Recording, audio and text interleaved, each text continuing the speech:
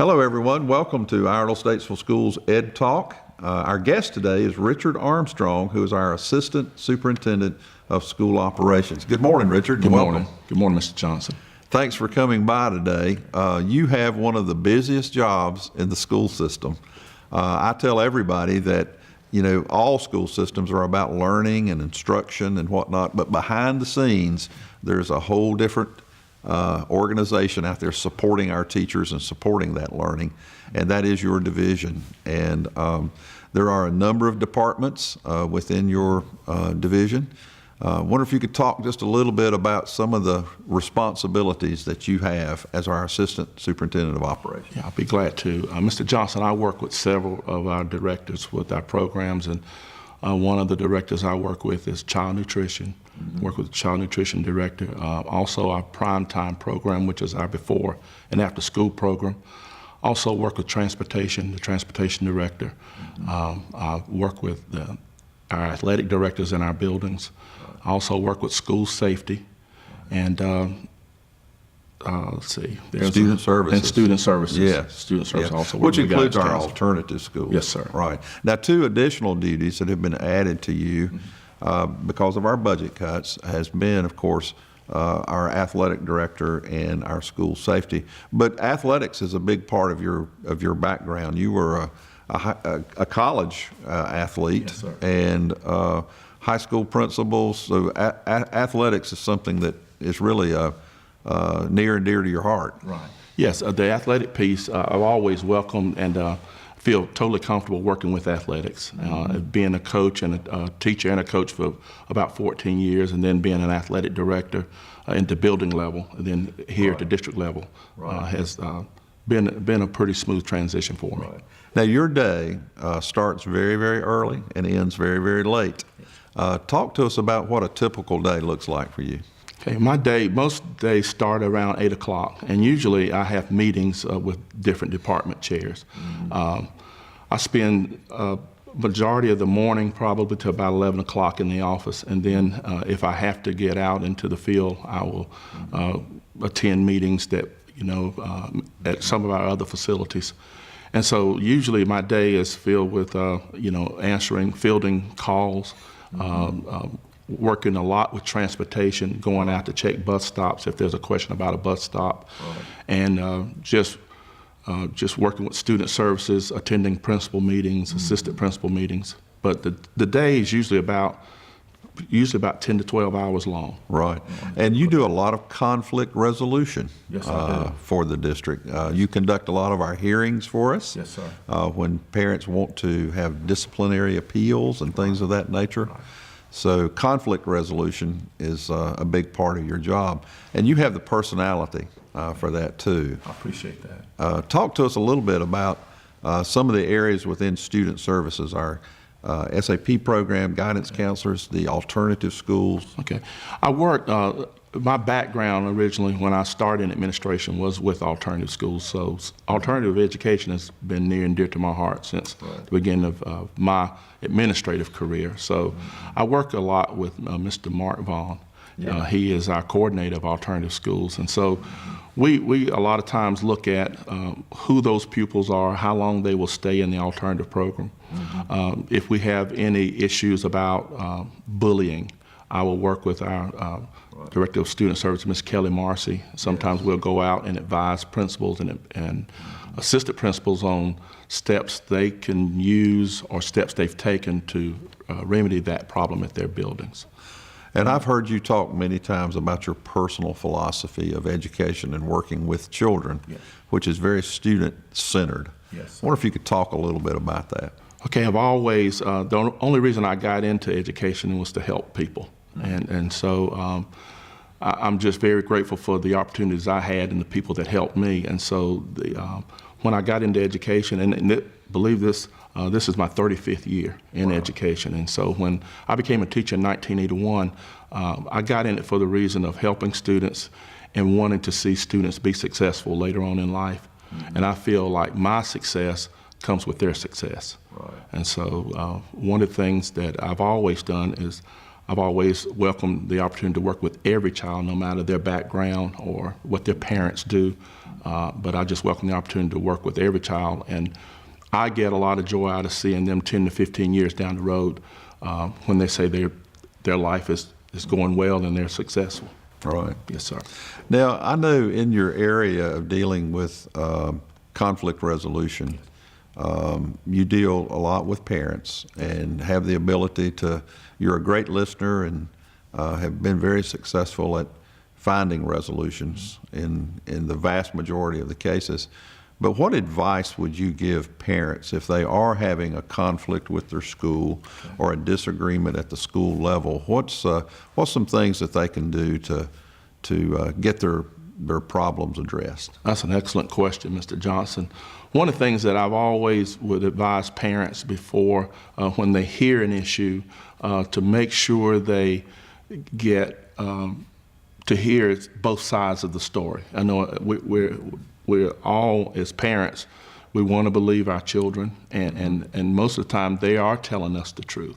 But sometimes they may leave things out, and they may leave things out on purpose and not on purpose. But one of the things I advise, if you have a issue at the classroom level, is to please give that teacher of your child the opportunity to tell their side of any type of conflict that may be going on inside that classroom. And if they're not satisfied at the classroom level, then move on to the administrator of that school. Right. And then if not, then go outside the building. But my first advice was, please give the school the first opportunity to address an issue, because they're there, they're working with your student every day. And so if there's any advice that I could give a parent, and which I would follow myself, is to try to give the school the first opportunity to solve the issue. Good advice. Now, I know as our district Safe Schools coordinator, you work very closely with law enforcement. Yes. And our school resource officers. Mm-hmm. We're very fortunate here in this community that we got a great relationship with the Iredell County Sheriff's Department, the Statesville Police Department, the Town of Troutman's Police Department, and the Mooresville Police Department, as well as the Highway Patrol and other law enforcement agencies. And we work very hard on making sure those relationships are strong.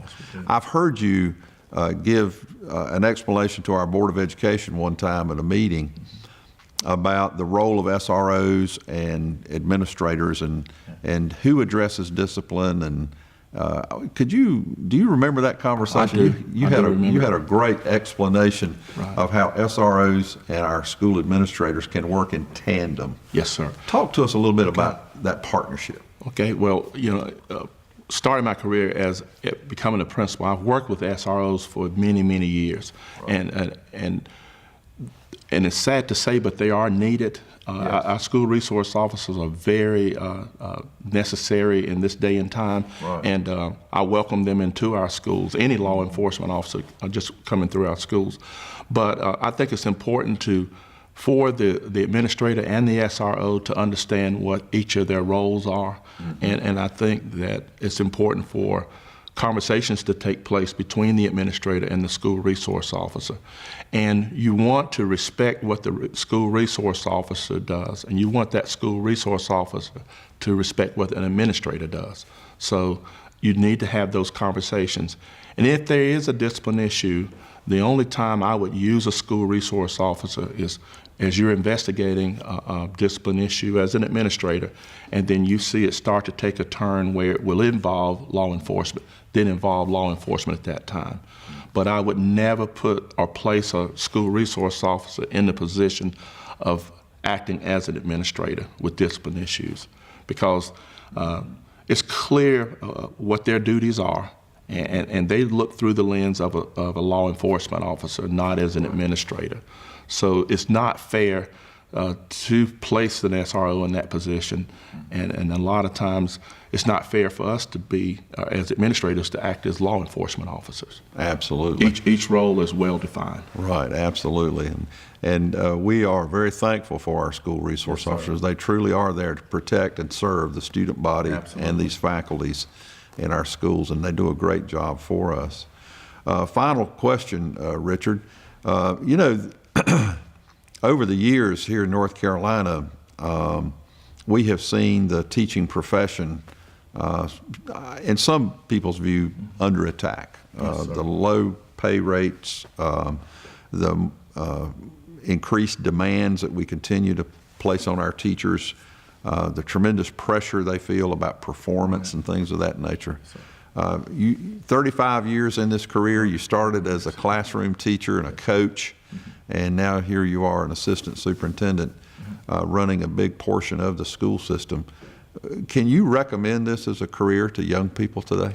I absolutely can. Mr. Johnson, just the other day I had the opportunity to meet or speak with a group of fourth grade boys at East Iredell Elementary School.